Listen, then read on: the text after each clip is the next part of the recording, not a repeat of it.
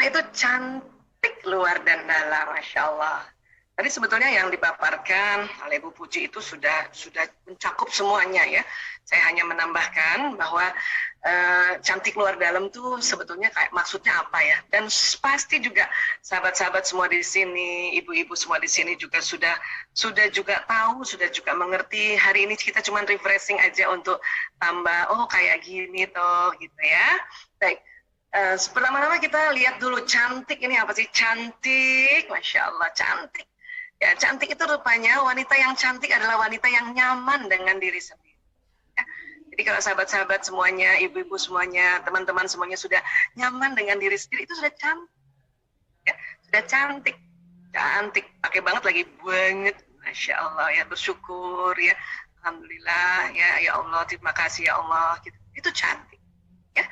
Nah, tentu wanita cantik akan melakukan perubahan pada dirinya menjadi lebih baik lagi.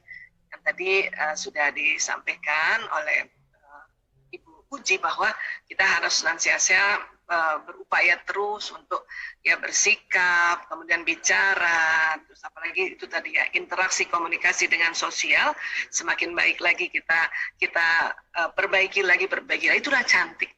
Itulah cantik ya, cantik akhlaknya ya. Dan cantik itu juga adalah sebuah proses ya, proses ya. Lahir sampai sedetik ini kita berproses ya. Pokoknya kalau teman-teman udah nyaman dengan diri sendiri dan juga orang sekeliling nyaman dengan Anda, dengan kita ini, berarti itu alhamdulillah sudah cantik. Terus cantik, terus cantik, terus cantik. Oke. Nah, tentu selain cantik kita mesti sehat ya kan? Nah, sehat itu apa? Sehat ini keadaan yang baik dan seimbang secara fisik, mental, dan spiritual maupun sosial. Dan yang memungkinkan setiap orang untuk hidup produktif secara sosial dan ekonomis. Ya. Jadi sehat bukan hanya fisik saja ya, mentalnya juga, spiritualnya, sosial. Ya. Dan juga hidupnya juga ya tentu harus ya berinteraksi sosial dengan baik dan juga ekonomis ya. Tidak boros banget, tidak pelit banget. Nah, ini itu sehat.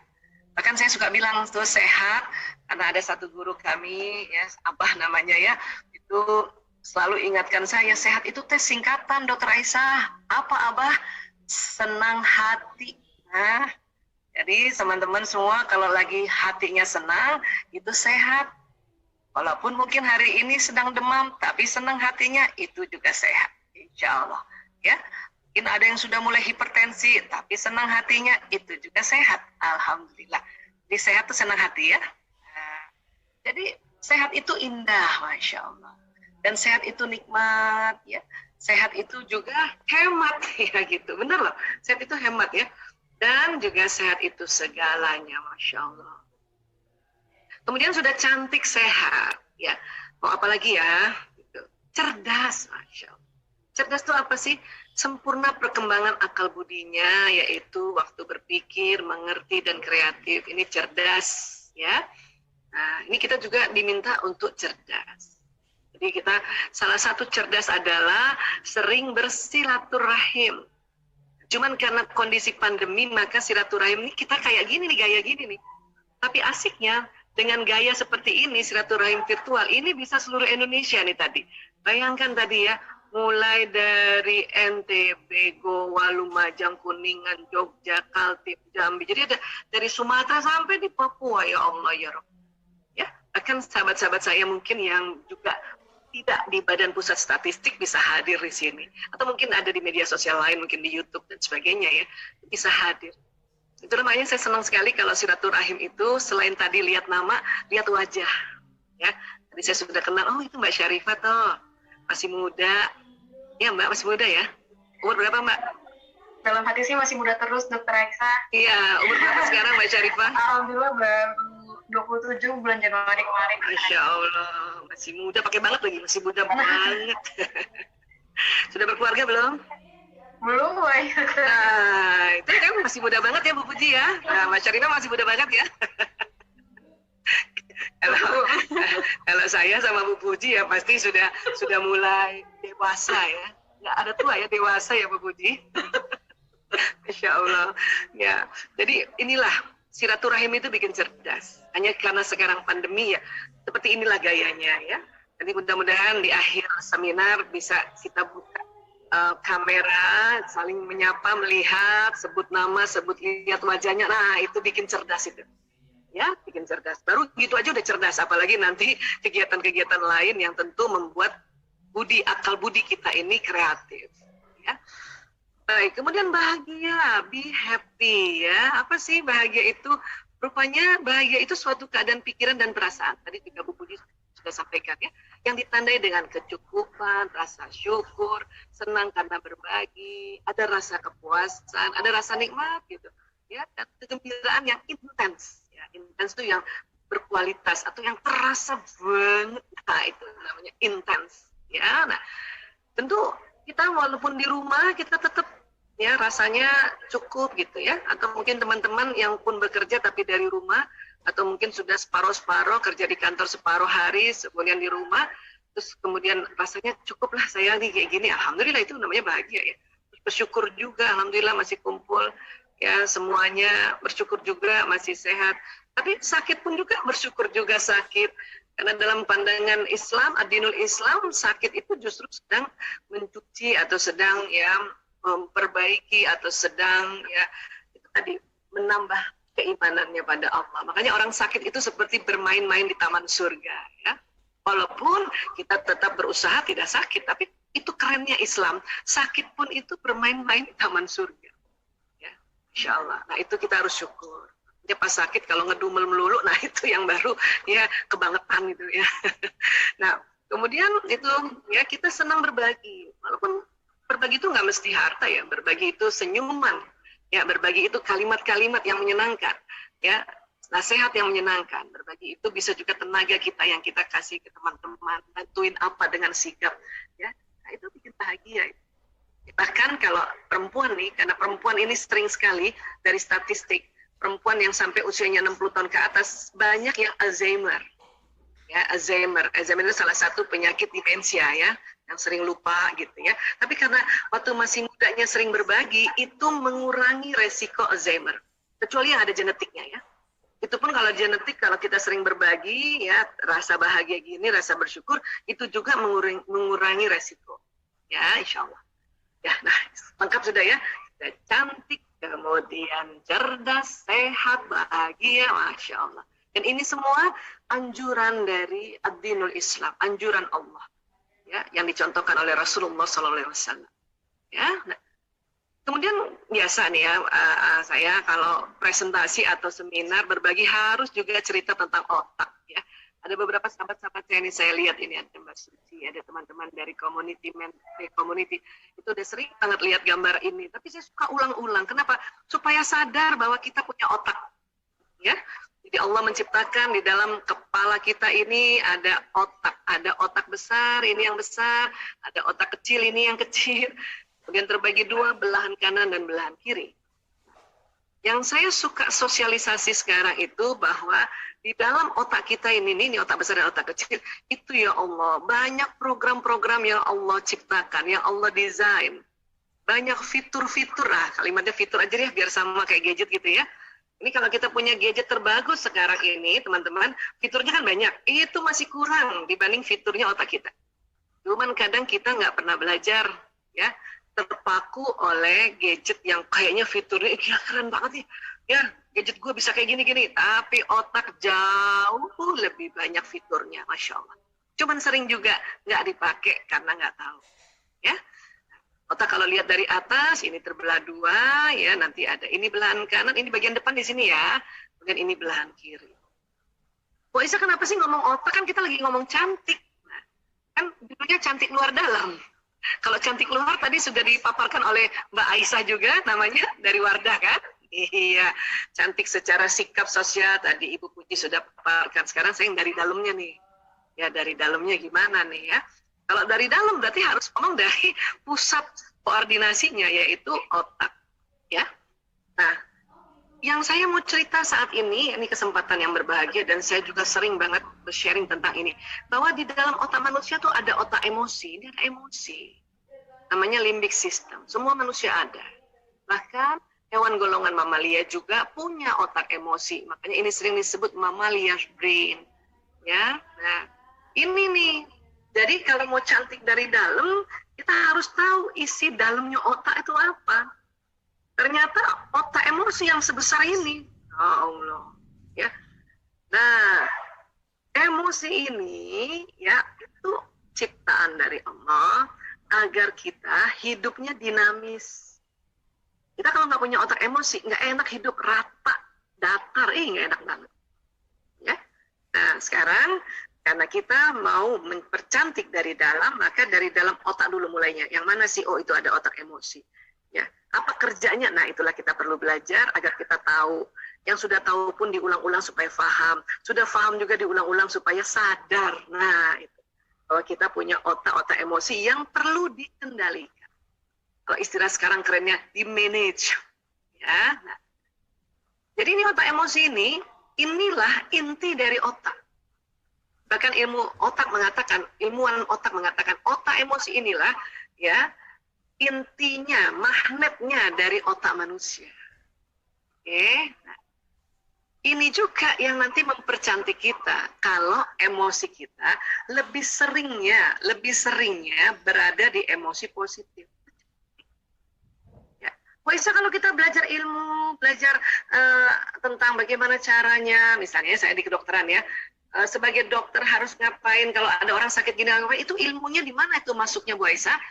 Di depan sini namanya prefrontal cortex. Ya, nah dari mana masuknya? Dari mata, dari telinga, dari ucapan, dari gerakan, dari penghidupan. Masuk ke sini, tapi nggak loncat ke sini, dia lewat sini. Ya, nah tapi orang juga udah banyak ilmunya. Kadang kalau lagi emosinya negatif, nggak inget tuh ilmu. Kenapa begitu Bu Aisyah? Karena kalau kita sedang emosinya negatif, ini otak mamalia tegang.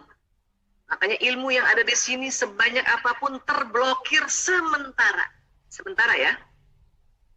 Kalau yang nggak banyak ilmunya itu lebih parah. Ya, bukan lagi terblokir sementara, nggak ada isinya.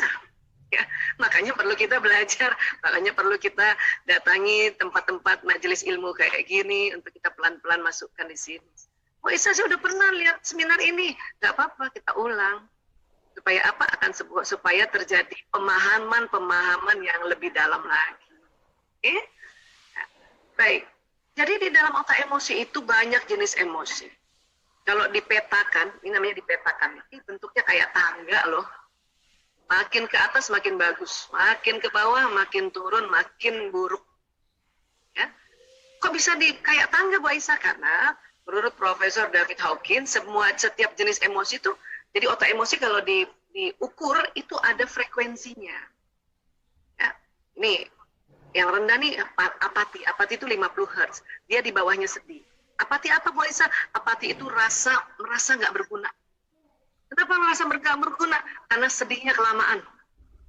Kenapa sedih kelamaan? Karena takutnya kelamaan. Nah itu tadi kaitannya. Ya. Dan bahaya kalau merasa nggak berguna, saya mah cuma gini doang, saya mah nggak cantik kayak kamu, saya mah nggak beruntung kayak kamu, saya mah lulu, itu nanti apati. Dan kalau terus-terusan berlama-lama di apati, ya bahayanya apa? Masuk depresi. Akhirnya benar-benar udah nggak cinta sama diri sendiri, dipukulinlah diri sendiri, kepalanya dijeduk-jedukin di tembok, ada benda tajam digotok, ya tangannya disilet-silet. Karena sudah tidak sayang sama diri sendiri kan? Dan itu sudah ada suicide, ide mencelakakan diri, itu namanya depresi. Dan kalau depresi harus dibantu orang lain atau dibantu oleh tenaga profesional, yaitu dokter kesehatan jiwa. Ya. Nah, untuk itulah makanya supaya cantik dalamnya, kita perlu menjaga agar emosi kita kalau sedang turun, ya cepat-cepat naik ke atas. Walaupun kita nggak bisa di atas terus-terusan 24 jam kali 7 hari, kali 30 hari dalam sebulan atau 31 atau Februari kadang 28, 29 ya. Nah, dikalikan 12 bulan, nggak terus-terusan di sini.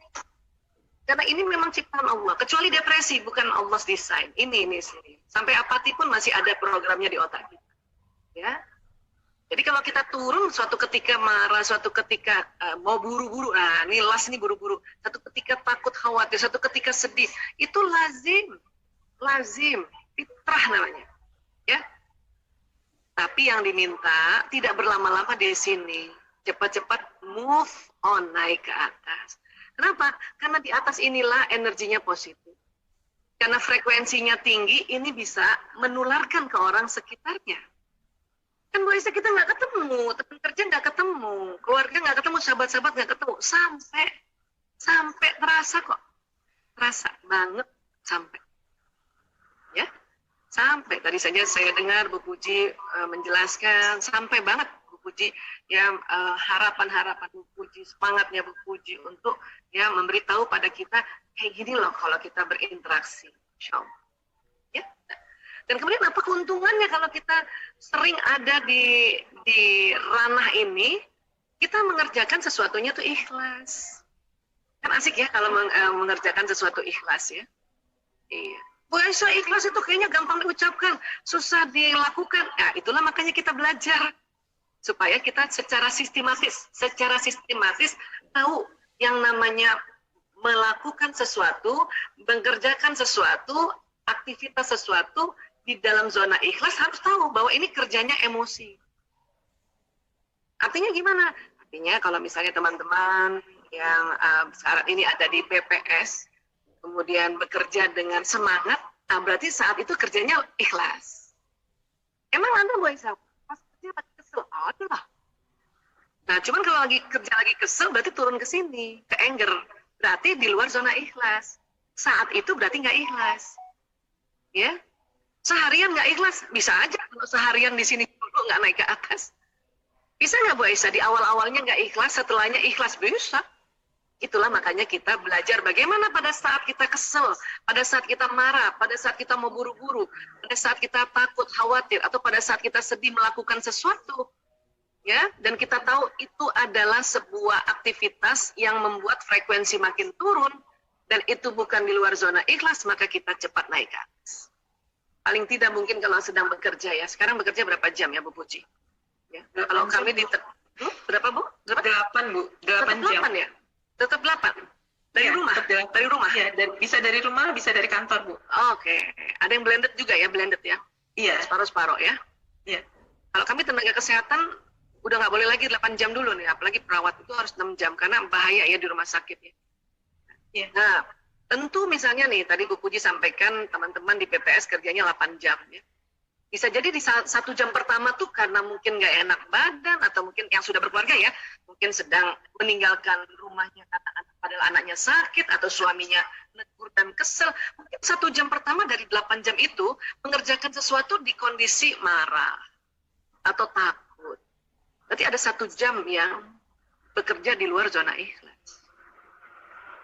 Tapi ya lumayan 7 jam berikutnya courageous atau damai, atau mungkin habis dengarkan tausiah misalnya, atau dengarkan arahan dari pimpinan jadi pencerahan. Jadi 7 jam berikutnya diikhlas.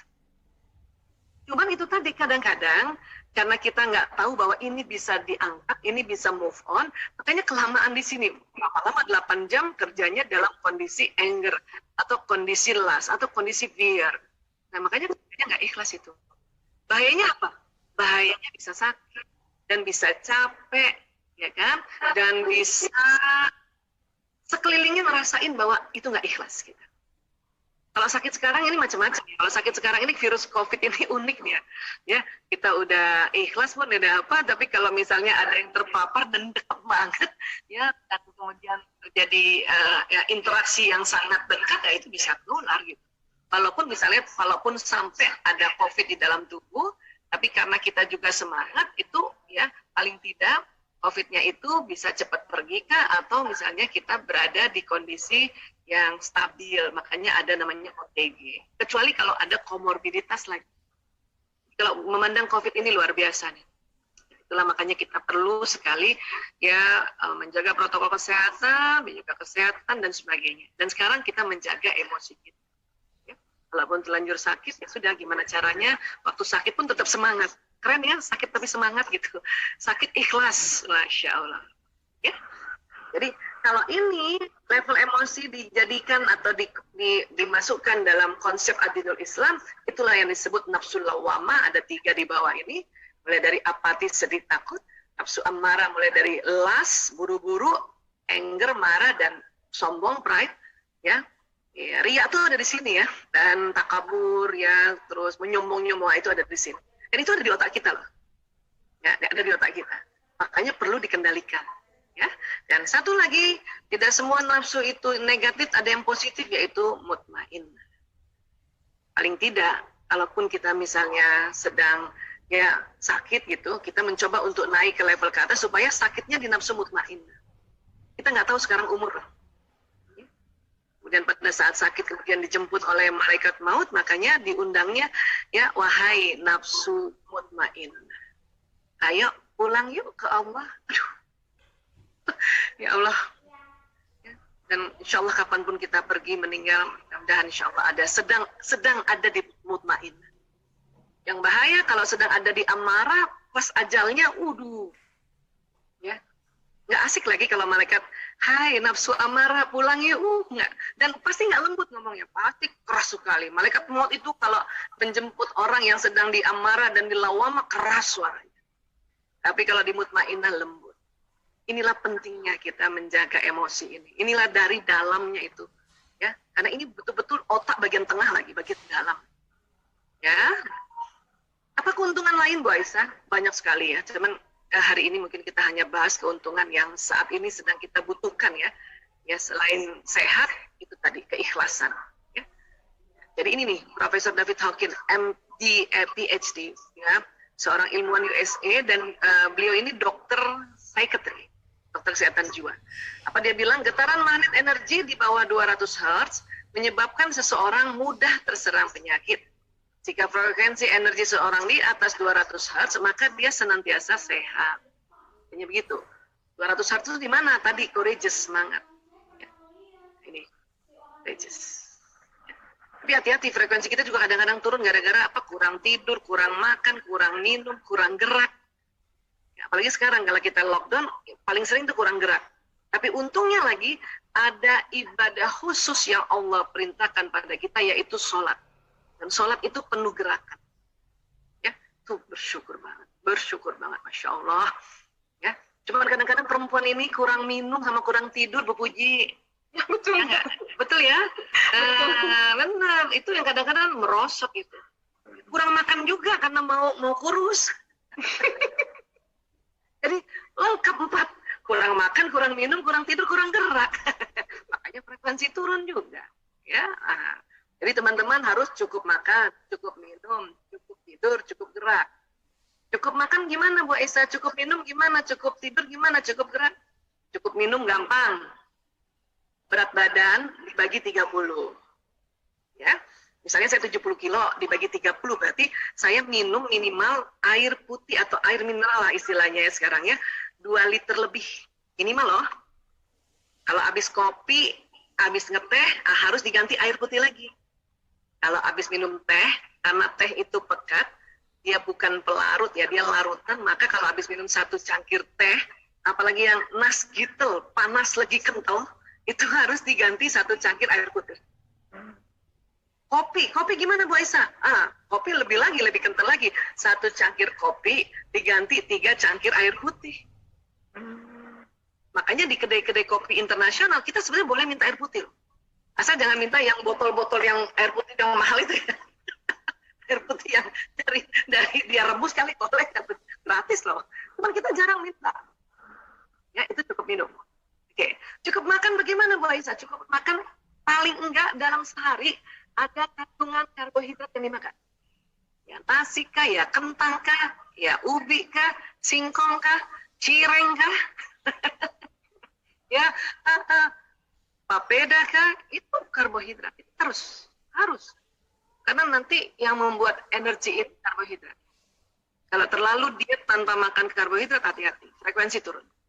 Ya, cukup tidur gimana Bu Aisyah? Cukup tidur. Kalau saya tanya sama ibu-ibu, Bu, tidur yang cukup berapa jam? Semua serentak 8 jam. Iya, betul 8 jam. Tapi itu untuk lansia dan balita. Nah, ya.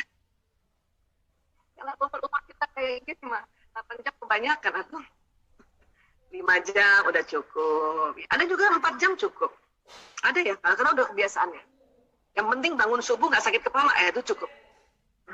Ya, kita kadang tidur 10 jam, 12 jam, bangun tidur sakit kepala, itu kelebihan, itu kebablasan. Ada yang juga 8 jam, karena nggak biasa 8 jam, bangun tidur sakit kepala.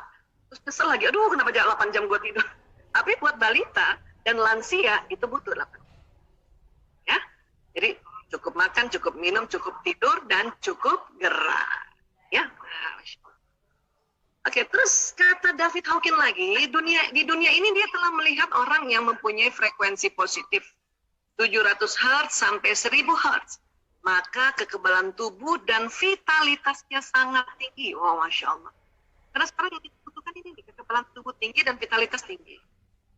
Ya, kenapa? Karena itu tadi, ya vaksin, mau divaksin, tapi vaksin masih sedikit. 1 kali vaksin aja nggak bisa untuk 8 jenis virus lebih ini ya. Jadi COVID-19 atau SARS-2 ini itu strain-nya udah lebih dari 8. Kalau vaksin itu baru untuk 1 strain. Kalau teman-teman yang sempat sakit dan kemudian sehat itu mungkin baru 1 jenis juga gitu. Makanya kalau nanti sudah habis sakit sehat, alhamdulillah tuh keuntungannya dia ada kekebalan. Tapi untuk jenis yang kena pada saat itu masih ada kurang lebih 7. Ini yang agak unik ini si virus COVID-19 ini. Makanya kita mencoba untuk menaikkan kekebalan tubuh. Walaupun misalnya pun sempat sakit, tapi gimana caranya nih? Pokoknya bikin sampai 700 sampai 1000. Yang mana sih Bu Aisyah 700 sampai 1000? Nah ini, enlightenment, pencerahan. Bisa ke sini gimana Bu Aisyah? Oh banyak cara. Termasuk sholat ya, termasuk sholat yang tumaknina. Apalagi Bu Isa, baca Quran. Ini saya selalu ya paksa nih, atau saya ingatkan keras diri saya untuk baca Quran Aisyah. Minimal 1 ayat, kemudian baca artinya, kemudian kalau bisa kamu baca tafsirnya, atau kamu kajilah itu gitu. Ya, bilang sama diri saya. Ya. Kalau ada teman-teman sudah bisa 1 hari 1 juz, keren banget, Masya Allah. Lanjutkan kebiasaan itu. Wah, itu saya nggak sempat, cuma bisa sehari 1 halaman, 1 page. 1 page itu ain ketemu ain, itu 1 page ya. Kadang-kadang dalam ain di dalam page itu ada di ayat kedua dari halaman itu ya, pokoknya ain ketemu ain. Itu udah keren banget. Apalagi pakai artinya. Wah, itu saya cuma one ayat, 1 hari 1 ayat, dapat juga tuh. Walaupun 1 ayat dihafal-hafalin, diulang-ulang, jadinya kan banyak ayat juga kan diucapin. Masa sih Bu Aisyah baca Quran naik ke sini? Iya. Kenapa? Karena Rasulullah SAW dalam sebuah hadisnya mengatakan bahwa ya, huruf hijaiyah itu ada powernya. Setiap huruf itu ya ada powernya. Setiap huruf hijaiyah Quran itu apabila dibaca dia mempunyai ya kekuatan power 10 kebaikan, 10 kebajikan. Bayangin 10 kebajikan tuh banyak lagi Bu.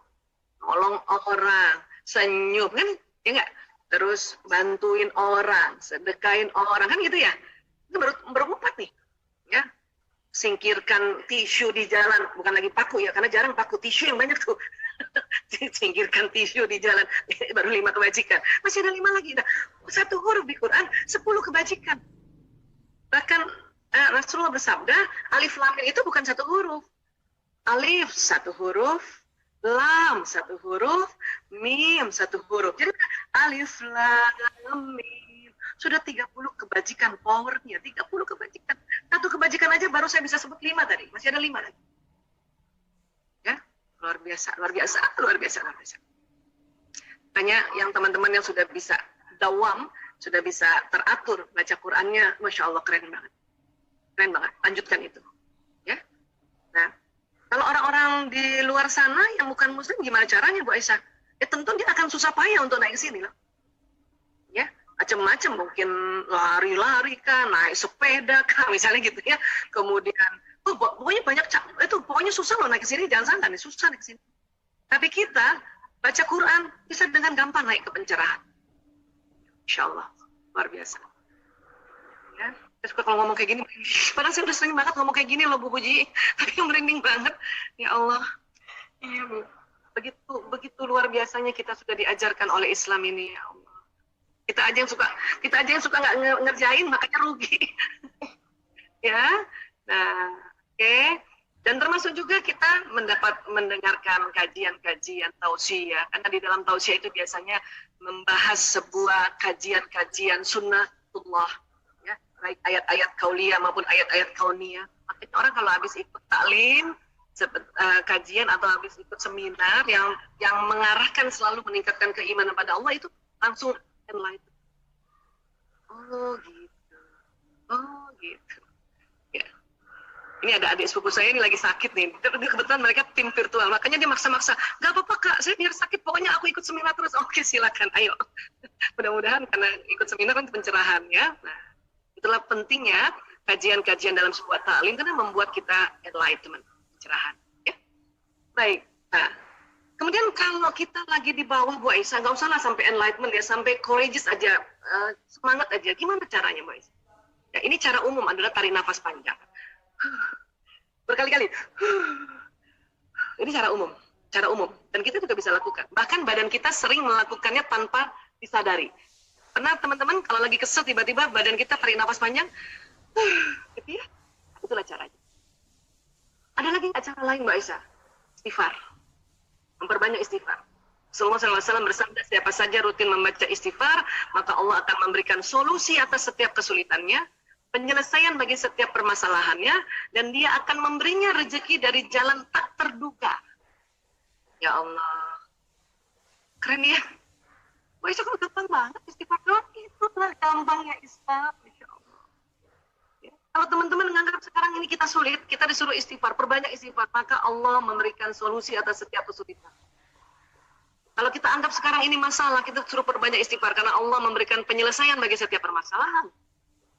Dan kalau kita merasa rezeki kita sedang terhambat, baik rezeki kesehatan, rezeki ilmu, rezeki teman, rezeki uang sekalipun, disuruh banyak istighfar. Karena Allah memberi rezeki dari jalan tak terduga, ya Allah. Ini baru satu hadis. Hadis tentang istighfar tuh banyak banget, ya Allah. Mungkin dikasih waktu hari ini juga nggak bahas istighfar, nggak selesai. Ya, nah itu tadi perbanyak istighfar. Teman-teman kalau lagi buka dompet, itu uangnya tinggal selembar, istighfar ya. Astagfirullahaladzim. Nah gitu, udah bener itu. Siapa yang begitu? Udah bener. Lanjutkan. Ya, pantang lagi kalau nggak punya uang, mikir pinjam uang siapa ya, minta sama siapa, pantang. Istighfar dulu. Istighfar dulu. Kalau sudah istighfar berkali-kali, kemudian terlintas ada orang, nah itu petunjuk dari Allah. Ya, kamu mintalah sama dia. Itu. Atau kadang-kadang istighfar berkali-kali nggak terlintas-lintas. Tahu-tahu ada temen yang bawain kue, ada yang temen bawain beras, ada temen, ya Allah, itu semua rezeki. Ya, beras 5 kilogram udah berapa? Ini dibawanya 50 kilo, Allahu Akbar, Masya Allah. Kan rezeki. Ya. Kemudian, luar biasa deh, pokoknya deh, udah susah diomongin, saking luar biasa, Masya Allah. Ya, teman-teman